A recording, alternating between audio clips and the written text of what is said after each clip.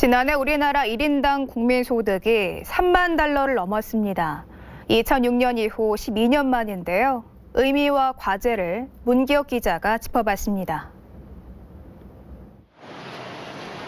지난해 우리나라의 1인당 국민 총소득 GNI는 3만 1,349달러로 잠정 집계됐습니다. 우리 돈으론 3,450만 원 정도입니다.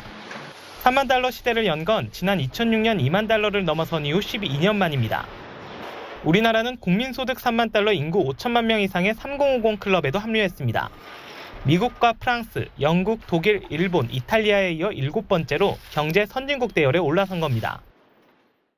2018년 1인당 GNI는 3만 1,349달러를 기록하여 2006년 2만 달러를 처음 넘어선 이후 12년 만에 인구 5천만 명 이상 국가 중 7번째로 3만 달러를 상회하게 되었습니다.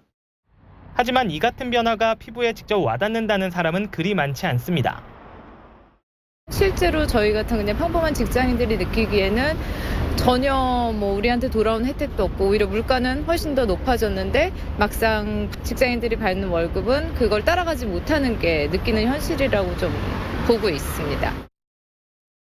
예전하고 비교했을 때는 이제 기본적으로 이제 올라가고 있다라고 생각을 하는데 또 반면에 또 아닌 계층 같은 경우에는 좀 괴리감을 느끼지 않을까라는.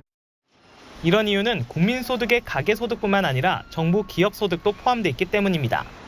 지난 2017년을 기준으로 보면 가계소득 비중은 60% 수준으로 조금씩 줄어드는 추세였습니다. 여기에 지난해 4분기 소득 분배 지표가 통계 작성 이후 가장 나빠지는 등 양극화가 심해지는 문제도 원인입니다.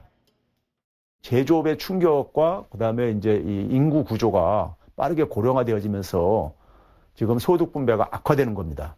직접적인 소득 분배 정책을 극빈층들에 대해서 더 강화를 해야 되고 그러고 나서 산업 생태계를 그러니까 더 활력을 다시 만드는 수밖에 없어요.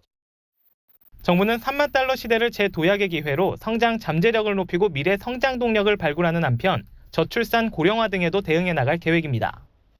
KTV 문기혁입니다.